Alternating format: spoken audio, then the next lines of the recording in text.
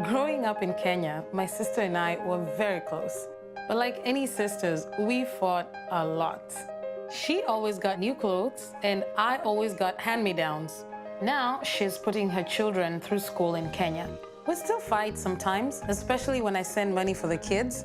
I tell her, buy some clothes for the younger one, and we both laugh. With nearly 500,000 locations, our app and online, this is moving money for better.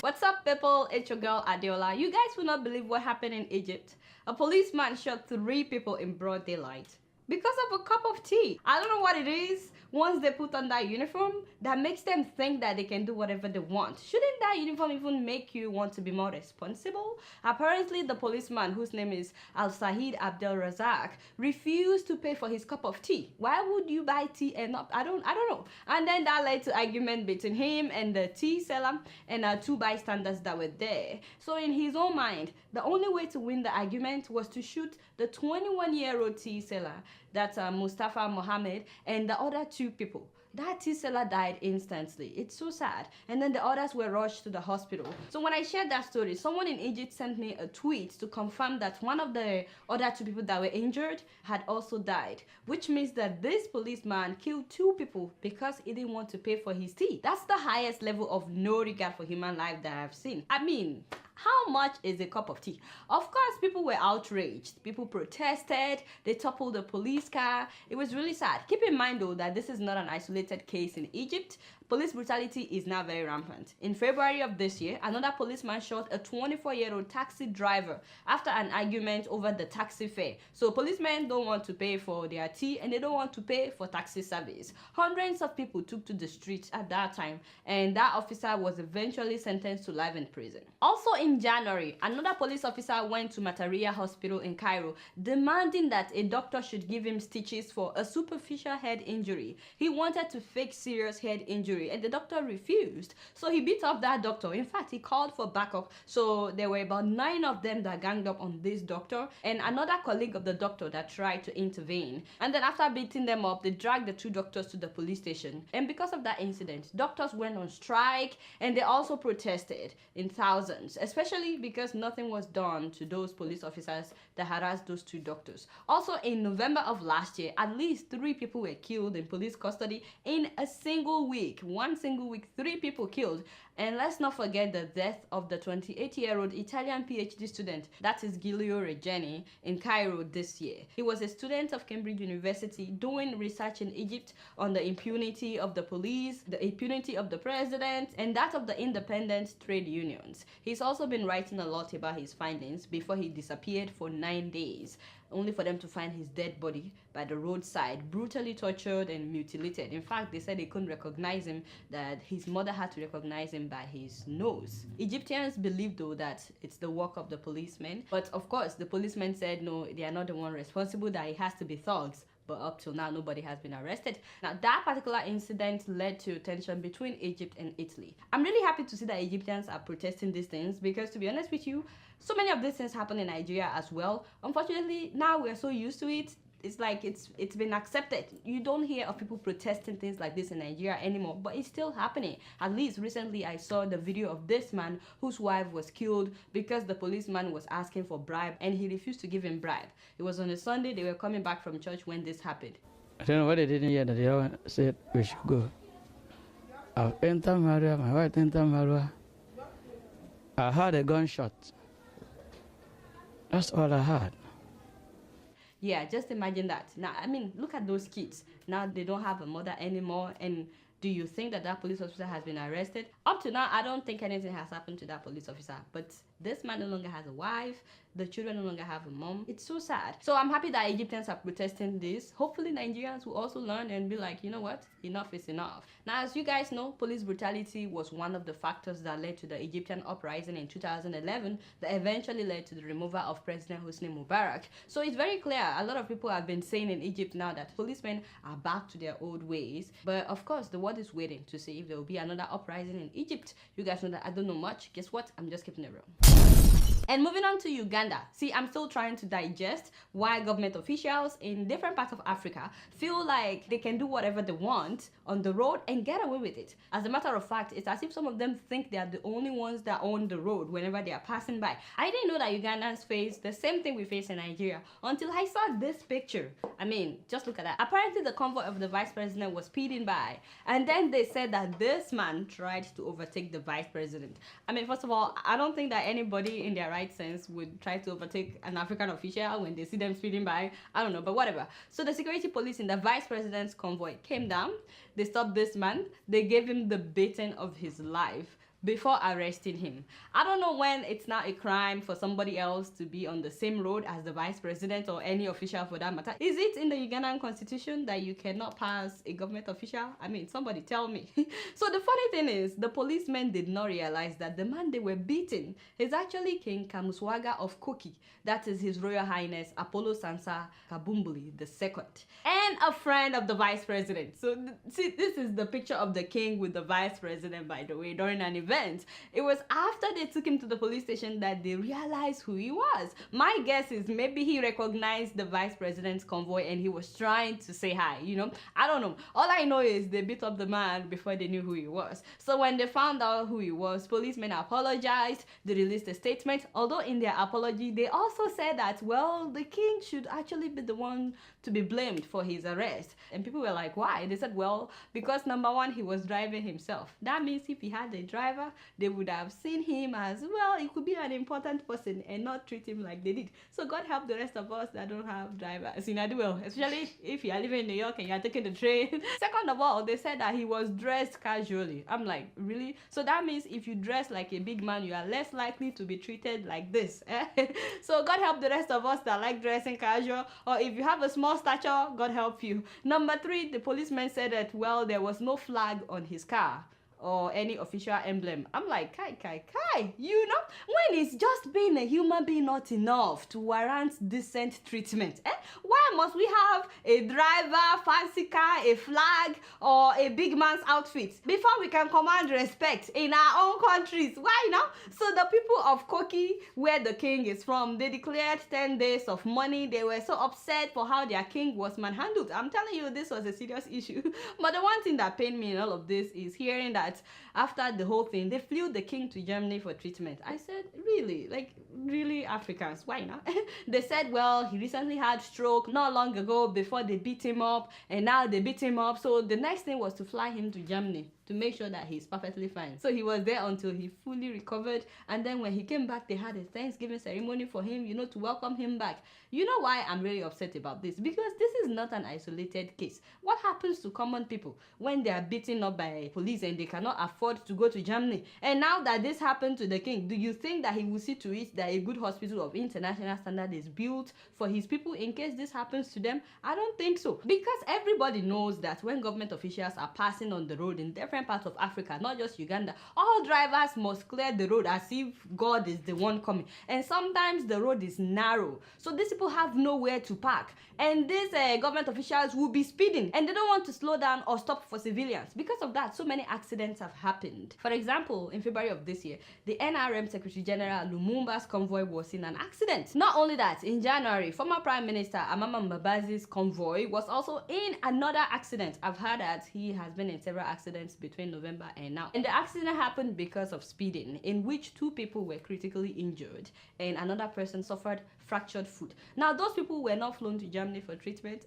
They were taken to Mbarara Hospital. Just imagine that. And in 2005, the then vice president's convoy was also in another accident that was very critical. 2 people were injured, and the police said that, oh, the driver of a Toyota Corolla was the one that failed to give way. Maybe there was nowhere for him to go, so they had head-on collision. If the driver doesn't give way, why Why can't they give way? I don't understand. What if there was nowhere for the driver to park? Again, despite how serious their injuries were, those people were taken to Lira Hospital. They didn't fly them to Germany. So the vice president and his escorts at that time, they escaped. They were not hurt in any way. US ambassador to the UN went to Cameroon and they were speeding and they hit a boy and the boy died. So I don't understand. Even if your drivers that are from Cameroon are speeding, can't you say something that, I beg, slow down? All I'm trying to say is that just like in Nigeria, Ugandan officials need to stop this madness of owning the road whenever they are passing and harassing other drivers. Ugandans need hospitals of international standard where everybody can be treated, not just the kings. Sure, you understand? But again, you guys know I don't know much. Guess what? I'm just keeping it real.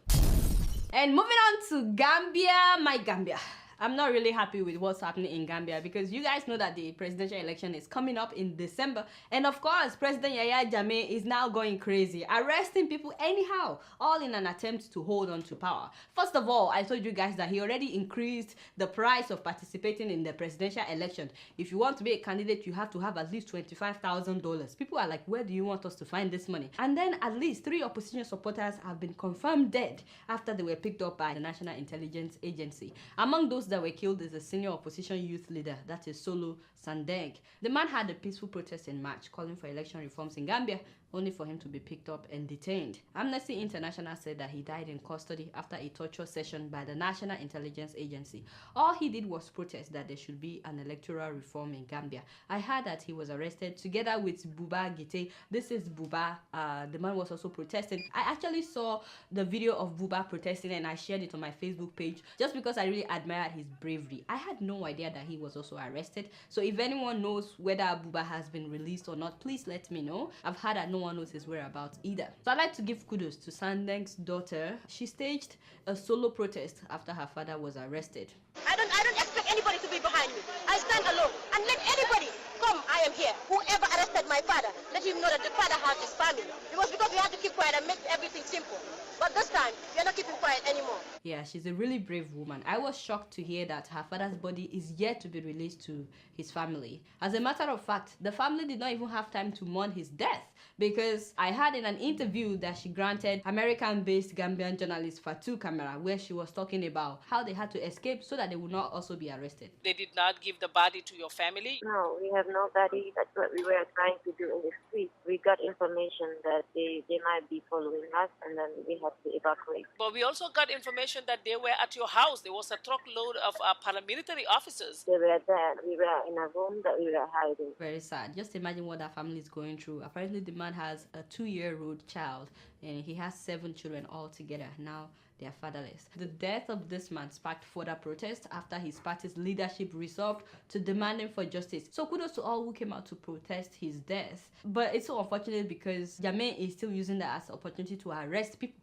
Dozens of people have been arrested, including the main opposition leader has now been arrested. That is Osano Dabe of the United Democratic Party, and his entire executive members, they've all been arrested. They were accused of stupid things like unlawful assembly, riots. These people were holding peaceful protests, yet they said that they were inciting violence, they were interfering with traffic. So a lot of people have been crying all over the world that they should release these people, including the United Nations Secretary General. He's been saying they should release them, but yet Yahya Jammeh is yet to release these people. And let's not forget that several journalists have disappeared since Jammeh became president, including Alhaji Sese. The man was detained for so long. He's been detained for like a long time. Now I heard that he's at the hospital, and then somebody else wrote me that he escaped from the hospital. I'm praying that that's the case. I'm praying that he's alive and well, and hopefully he can get out of Gambia. Now this rampant arrest is so bad now that anybody could be arrested, even those that are in support of Yahya Jammeh. If you're in the wrong place at the wrong time, you could be arrested.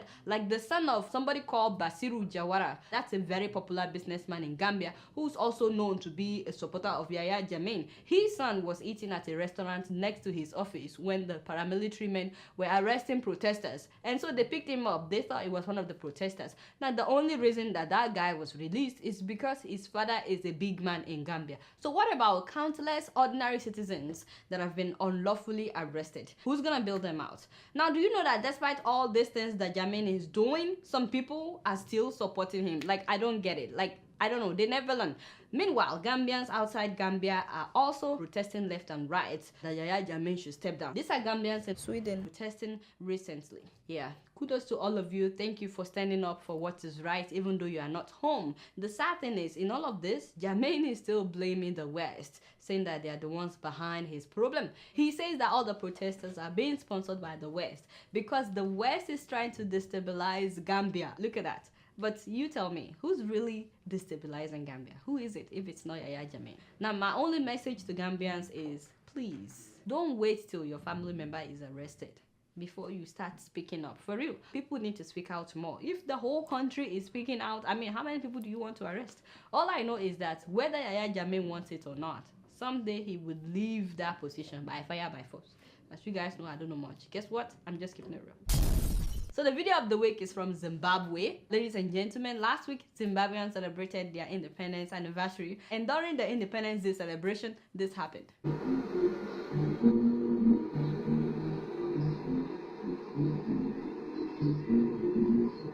Okay, I'm trying not to laugh, okay? But for those of you that don't know what happened in that video, the vehicle of President Mugabe stopped so that the policemen in the vehicle could, you know, salute Mugabe's picture. But for some reason, he looked at his own picture and he saluted himself. He actually bowed. He actually bowed for himself.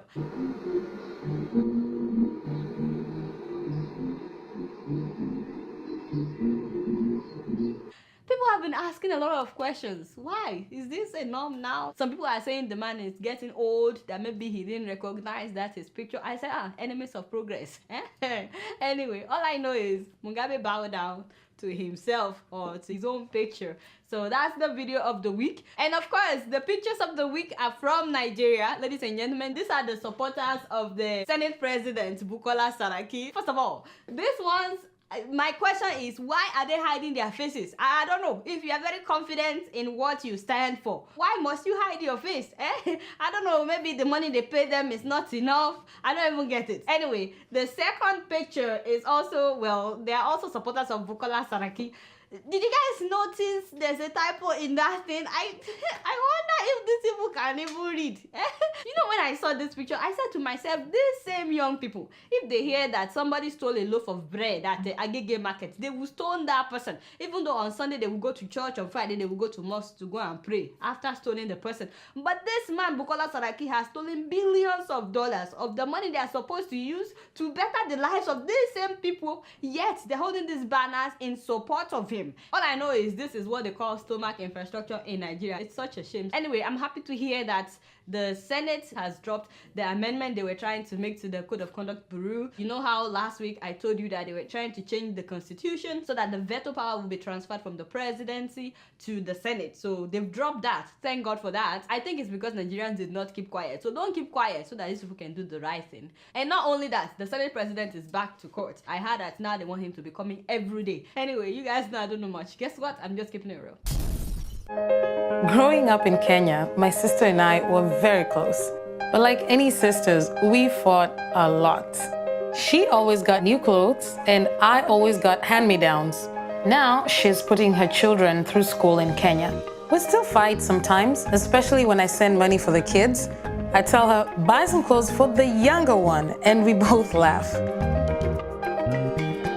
With nearly 500,000 locations, our app and online, this is moving money for better.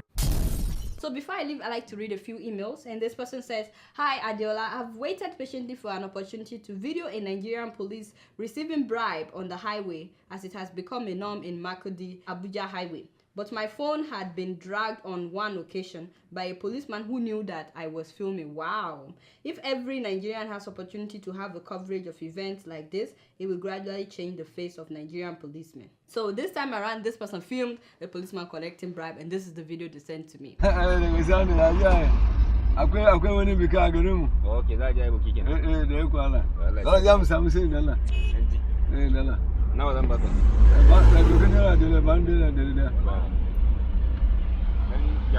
Okay, that's a police officer. By the way, this is not new. This is the norm. It's very sad. I really don't know what to say. Thank you so much for capturing this. I really hope they arrest this policeman because this has to stop. People work hard for their money. Why will you be collecting it on the roadside? So that's all the time that I have for emails today. Please keep sending your emails to adeola.keepitreal@gmail.com. Alright guys, don't forget to follow me on Facebook, Twitter, and Instagram. It's been real, and I'm keeping it real right up in here. Until next week, I'm gonna see y'all later. Peace out.